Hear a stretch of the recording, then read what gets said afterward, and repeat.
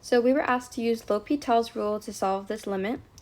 And L'Hopital's rule basically says that when you evaluate the limit for some point and the top divided by the bottom is either 0 over 0 or infinity over infinity, then you can take the derivative of the top and the derivative of the bottom, and then you can evaluate the limit of this expression in order to get a result that is not indeterminate.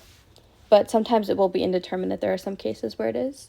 So for this example, we can evaluate the limit. So the limit as x approaches 0 of sine of 5x. And we can evaluate the limit as x approaches 0 of tangent of 9x. So we know when we substitute 0 for x in the first expression, we get sine of 0, which is 0. And then when we substitute 0 for tangent of 9x, we get 0. So we see that this limit evaluates to 0 over 0. So we can take the derivative of the top and the derivative of the bottom. So we have the limit as x approaches 0 of, so we take the derivative of the top and we get 5 cosine of 5x using the chain rule. And then we can also take the derivative of the bottom.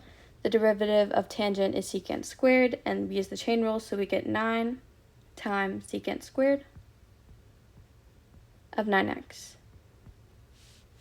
So now, to do this, we can say that the limit as x approaches 0 of 5 cosine of 5x, and then the limit as x approaches 0 of 9 secant squared